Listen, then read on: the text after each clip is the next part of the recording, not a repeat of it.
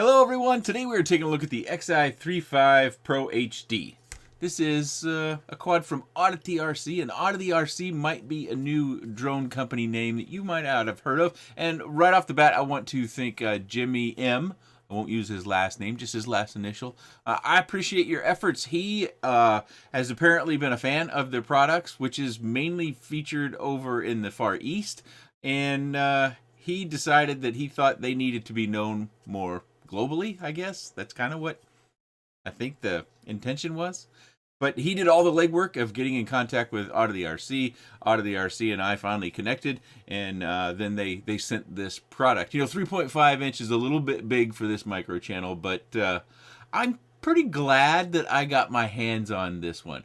Not everything is perfect, as is always the case, but let me just tell you right off the bat, it doesn't really fly like a cinewhoop, but it is a cinewhoop.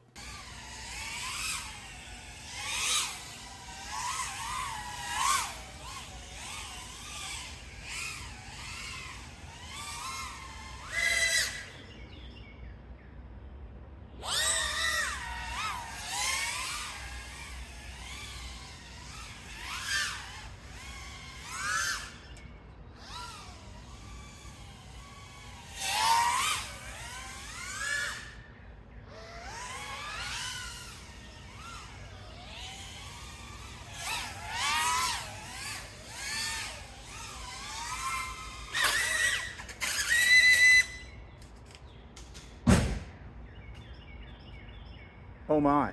Jumping into the specs, the motors, they are OddityRC Stream motors, 2006, and they're 2150 kV. Yes, this is a 6S quad. And on those motors are the Gemfan D90S. They're the tri-bladed 3.5 inch props. The all-in-one flight controller is the Hack RC F722. It's a 40 amp all-in-one with the ICM 42688 gyro. Of course, for FPV, we've got the DJI 03 camera and VTX, where the USB port and the SD card slot are available without having to do any disassembly. It does come with OddityRC branded dual straps. The dual VTX antennas are the Rush Cherry left-handed polarized. The receiver, which is mounted right up in there, in my particular case, as you could probably tell from this big old long T antenna, is the Crossfire, but also available in Express LRS, whether it's 2.4 gigahertz or 915 megahertz. The recommended battery is this colorful Cotter 1300 milliamp 6-cell battery. The front end here has a mount for an external HD camera, if you wish to do that.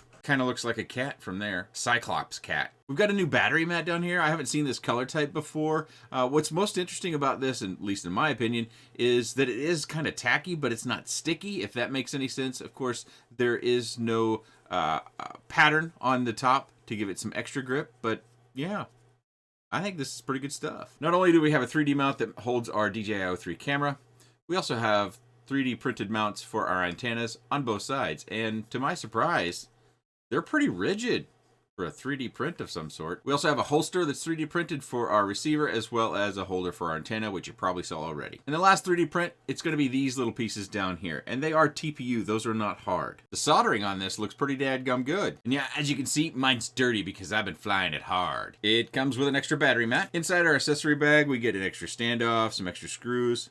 I probably could have put these over the top of those, but I didn't. Various things that you might need should they fall out or otherwise be needed. We do get an extra set of props, and we also get a sheet of stickers. Each one of these is individual stickers, by the way. Carbon fiber is beefy and thick, 3.5 millimeters thick. And motor post to motor post, I'm getting 152 millimeters. Quad without battery or external HD camera weighs 330 grams. And that recommended battery is 196 grams. And because math is hard, all up weight is 426 grams. It should be noted that in all the flight footage you're going to see, I am using the Tango 2, and this is not my preferred radio. So you might see me a little less precise. I don't think these gimbals are as good as the AG01. I know I'm going to make some people mad. This is the Pro version with the sticks that fold over, and I have a heck of a time disarming with these buttons up top. Kind of the main reasons why I don't use this regularly. Okay, we have some slight wind and a very overcast day. 11 miles an hour the wind with some wind gusts that might get up to 14, 15 miles an hour. But that doesn't matter. This thing does not care about that. For two reasons. Well, for two reasons that I'm pretty certain of. One is the weight at 426 grams. It's going to take some higher winds to bother this thing too much. And in my opinion, this thing is tuned really well. And that's one of the reasons why I think if you like to fly cinewhoops and you like to fly them aggressively, this is the one to get. At least if you're going to be flying it outside in a space that's appropriate. Something like mine or even bigger. If you like cinewhoops and you like having that prop protection out there for a little bit of extra safety, peace of mind, and you're looking at a quad like this, I think this is the one to have. It flies better than the 3-inch cinewhoops I've been flying and the 3.5-inch cinewhoops. This one is tuned very well. You're going to find in all the different little things that I've already shown you in the little quick snippet sort of flight that I already shot in the video, as well as this fuller, faster flight. And typically with these, I start with the slower flight. I don't think that's necessary. What I'm going to do we'll do the slower flight because you're probably interested in that. I'm sure that's valid. But I really enjoyed spending my time flying this thing just as fast as I can. Now, there is a drawback. The camera angle is limited. That Cyclops cat look mount up front does limit the amount of camera angle that you can put up there. And it is tuned pretty specifically to this battery. Of course, I weighed the battery separately, so if you have a battery in that weight, that's 6S, you should be fine. If you have a battery that's a little bit lighter, you'll probably also be fine. And then you can offset that weight with an external HD camera, if that's something that you're into or you want to do. But if you're going to be adding a lot of the weight, I can't really validate the impact it might have on the tune or performance, because while I did take it on one aggressive flight with a broken naked GoPro, that doesn't add as much weight as, say, a full-size GoPro, which this will have no problems flying around with whatever a full-size GoPro with its battery weigh. It's got plenty of power, it's got plenty of torque, it's 6S, it'll do fine. But I cannot validate the impacts of all the different weights of external HD cameras, because I do think this thing, and hopefully it comes out in the flight, that it's tuned very well. We don't have excessive prop wash, we don't have the wobbles at the top of zero throttle moves like we've seen a number of times in not only cinewhoops, but we've also seen that in quads that didn't have prop protection, which is really bizarro. But even when you come down too flat out of punches, minimal prop wash. I'm really impressed with the tune, and it's probably just not all the tune. It's probably the combination of parts, the aerodynamics of the frame, as well as the prop protection. It comes together all nicely in this package, and I really, really want to look into their other projects.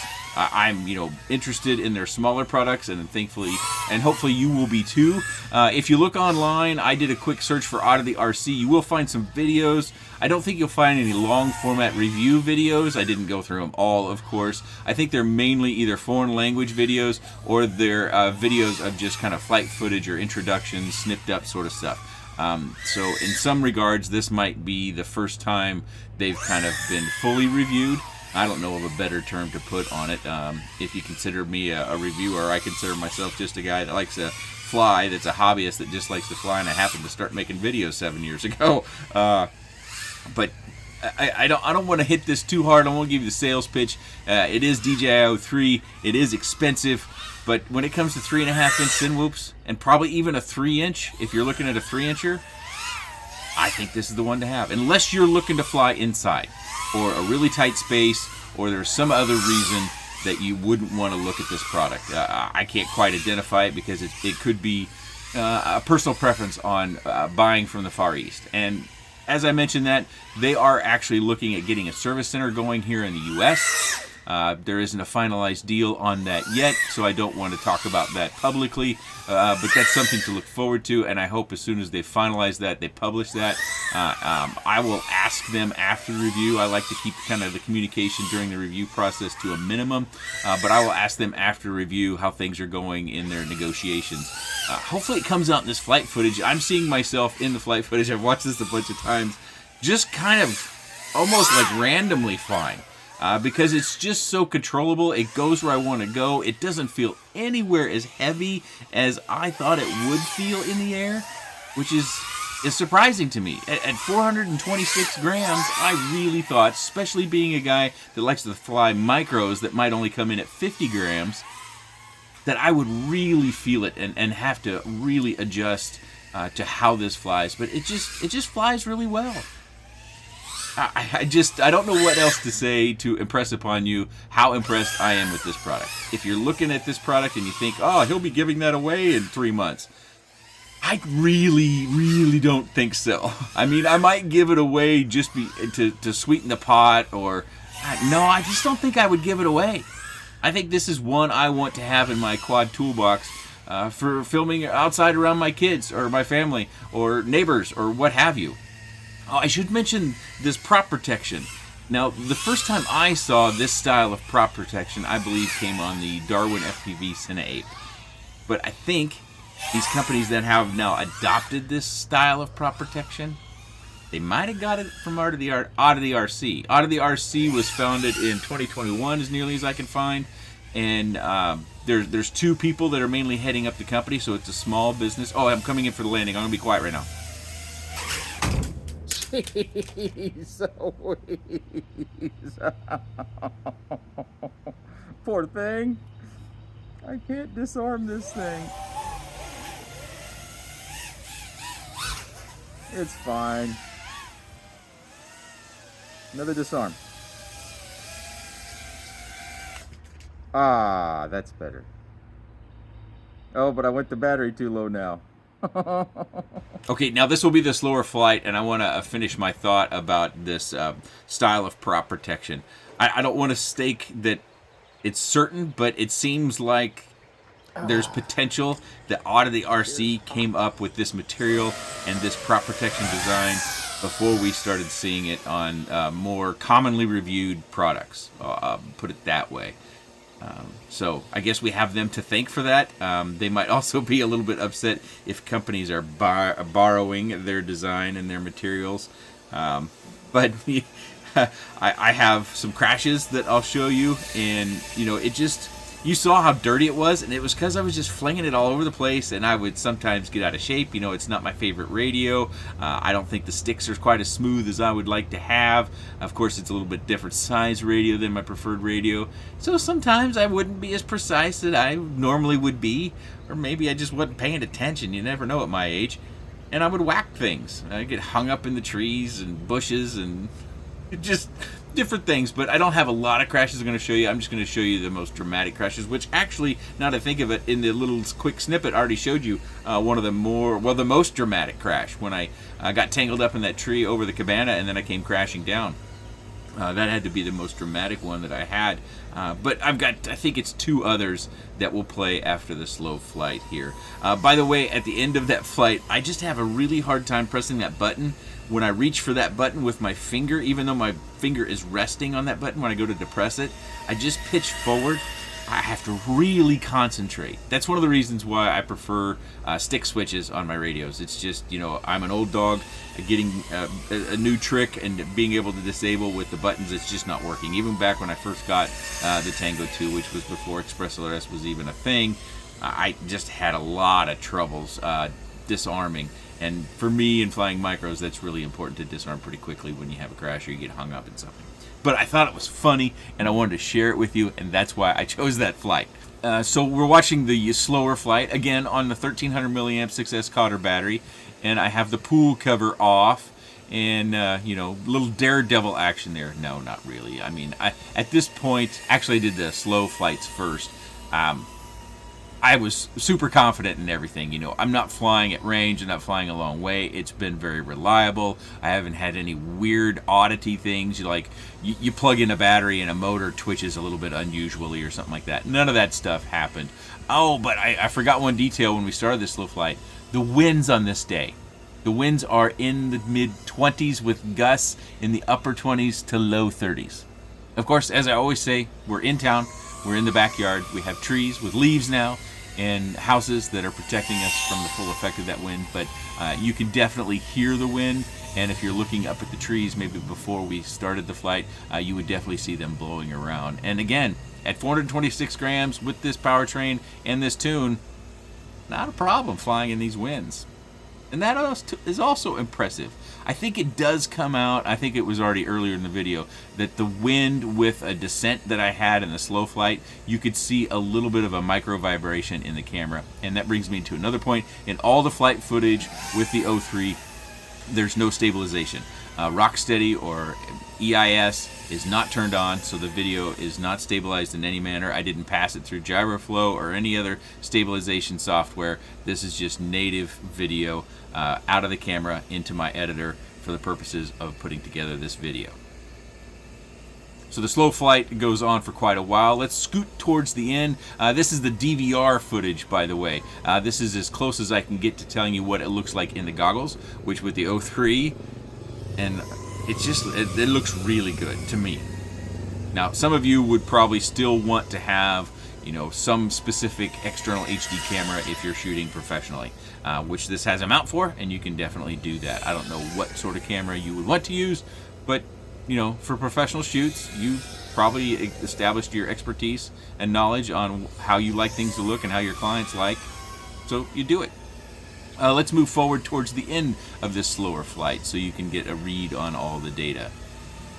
Okay, so you can see the battery warning is flashing, and unfortunately my storage full is also on screen, so it's not recording on the VTX anymore. But this flight is going on for 9 minutes and 33 seconds. I should land about now, so 9 minutes and 36 seconds. Unfortunately for me, I'm not really used to flying 6S. The 6S batteries kind of fall off a cliff near the end, and so when you get down to that 3.4 volts per cell, you need to hustle home and get home. You'll see here that even though I have juice, look how low the battery voltage is now. You know, it's 953 on the flight time, but my poor battery is at 3.1, well, popped up to 3.2, so that is, I needed to land at probably 9 minutes and 30 seconds, or thereabouts. So there's no affiliate link with this. You just go over to OddityRC.com and you can buy any of their products, but I will put a link down in the video description to make it easy, so you can just tap it and you can go over there and take a look at the XI35Pro HD or any of their other products. And I would encourage you to do so, because if this is anything like the other products, if you want a smaller size sort of cinewhoop, because they do specialize in cinewhoops, I suspect they all fly really well too. But I haven't reviewed them yet, so I can't be definitive about that. Let's cover the rest of this. Okay, so first things first, no damage. You had an opportunity already to see that. I guess if you want to call it damage, dirty, and maybe, are the props even dinged up? They got grass and leaf stains on them, but I don't even see where the props are dinged up. Got some mud and stuff. Needs a good brushing. Get some of the schmutz off of there. Yeah, no damage at all. One thing I did notice, and I'm going to get a screwdriver out here. Unfortunately, the one thing I have to complain about, oh, is it not in there? Oh, I got the wrong size of hex. So the one thing I would like for them to do is to add a little thread locker on these screws. Because these go into metal standoffs, so we have metal on metal, and we know, regardless of how smooth all the components are and how good the tune, we're going to have vibrations. And one of my flights, when I came home, I did find about half of this screw sticking out of the bottom. If we had a little thread locker on there, that would take care of it. I appreciate the fact that they have an accessory bag that includes various screws that you might need. But if we just put a little bit of thread locker on these, it will really mitigate those vibrations that could cause this to loosen up. And ultimately, depending upon which screw it is, that could give us a flight problem. I don't know. I can't point to something specific. Of course, we don't want to do that on our prop screws, but these other screws, I think we do want to have a little bit of thread locker on there. Something that was interesting that I took note of, they have these standoffs that are branded. Let me zoom in. So they've got some, I don't know if that's etching or if that's paint or a sticker that's on the outside of that metal post, but something that I thought was interesting on both sides, this side as well as this side, they made sure that their name was facing out. It wasn't turned, you know, it's not 10 degrees off, it's not around the side. They got their name on there and they want it shown proudly, and they made sure when they built it that it was set that way. We have hex screws all the way around this quad, so if you're just using a hex driver set, you're all set to go for repairs. I didn't find any Phillips or any other screw types. We do have some recess, which is smart, right along where our battery will go, right through here, and the battery pad is cut out, so you have access to those without having to tear off the battery pad. Even up front here, where your battery might come up forward, which it actually does, because it's a big honking 6S battery. They've got those recessed here, so you've got the clearance. They also added a little tiny washer to the back side of the camera holder here, the little Cyclops Cat, I think. And it did come with this bolt already in to hold your external HD camera. Oh, up front, we have a couple more standoffs with the OddityRC name facing us. So that attention to detail was also paid. I wanted to also highlight it for those that might like colors on your motors. We got a little bit of a purple and silver motif. Sometimes when I get the light on it, that silver on the top looks more like a gunmetal gray, and then it looks more chrome around the bell. And I do think these are two-piece bells, if that matters to you. We do see here we have those sleeves, those plastic sleeves. And we've mentioned that one time before, at least, that over time the adhesive apparently wears out on these. And so you might need to get yourself some motor wire tape that I call Emax tape, that I do link way down in the video description. I think it's labeled as a name of Emax tape. You can get it from Emax, and I also have a link down there to Amazon. I mentioned it, so I thought we should take another look at it. So their prop protection is real low profile, and then they've got this flaring out, I just kind of want to call it. There's must have been where I hit the chimney over here, but this was something that I first saw on the Darwin FPV CinEApe, and we've since seen it on, I think, 1 or 2 other quads. But this appears, from what I can find using the Wayback Machine on the internet, to go back and look at products on the OddityRC page, back a year or two. This seems to be a pretty consistent design that they have come up with, so they may have been first. And unfortunately, with coming first, they broke some new ground, and some other people saw that and thought, hey, we should use that design too. Not really funny, but that seems to be the way this stuff works in our hobby. We're always exchanging ideas, so to speak. Oh, we've got some more etching back here on the back. We've got OddityRC and their elephant. I believe that's an elephant, right? That's what I see when I look at it. And the name of the quad, the XI35Pro. And it's interesting that they chose to go with aftermarket antennas, because the O3 system is so good. I don't even know how necessary these are, but if you find that you like aftermarket antennas on your O3 air units, it's already taken care of. It comes as standard part of the package. I also mentioned your limited camera angle, and I had it all the way up to the top, as you can see here, as I've shown it all the way through the video. My flight, I can't even... My slower flight was probably about right there. So there's not a lot of camera angle that it comes with by default. Of course, you can redesign this mount. You can model it and then increase the hood another 10 or 15 degrees, whatever suits your fancy. But for me, I think that's one of the other things. I'd like to see thread locker on the metal screws, and I'd like to see a canopy that allows for a little bit more camera angle. But tell me if I'm wrong on that. Am I asking for more than's necessary? Am I just looking for things to complain about? Or is that something, as someone, if you're interested in a product like this, is that one of the features or one of the details you're looking for, is the ability to raise the camera angle to not the full extent. You don't need to go vertical, but not everybody flies the same camera angle, and this, to me, that looks like maybe 25 degrees. So not bad, but what if you want to go 30? What if you want to go 27? I guess you could maybe poke a hole in that and move the camera forward, and then you're a little bit more exposed. That's something else to talk about. So maybe that's the reason behind this cat design. I keep calling it cat design. Maybe it's not a cat design, but that's what I see when I look at it.